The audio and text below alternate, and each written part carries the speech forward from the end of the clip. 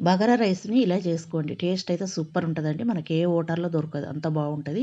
ఇప్పుడు నెయ్యున్న ఆయిల్ ఏసుకున్నాక అది కాగినంక మసాలా దినుసులేసుకొని ఉల్లిగడ్డ, పచ్చిమిర్చి, బఠానీ, క్యారెటు, కాప్సికం ఏసి అవన్నీ ఉడికించుకోవాలి. కొద్దిగా ఫ్రై అయినంక ఇప్పుడు ఒక స్పూను అల్లం వెల్లుల్లి పేస్ట్ ఏసుకొని అదుస్తా కొద్దిగా ఎగినంక కొద్దిగా పుదీనా ఏసుకోవాలి.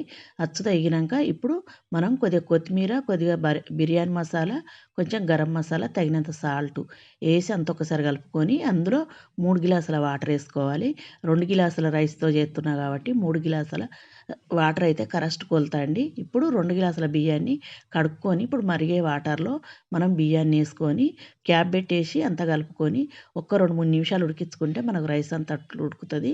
ఇప్పుడు కొంచెం ఫుడ్ కలర్ ఏసుకొని మరొక్క నిమిషం సేపు క్యాప్ పెట్టి ఉంచుకుంటే పొడి పొడిలాడుతూ చాలా బాగుంటదండి.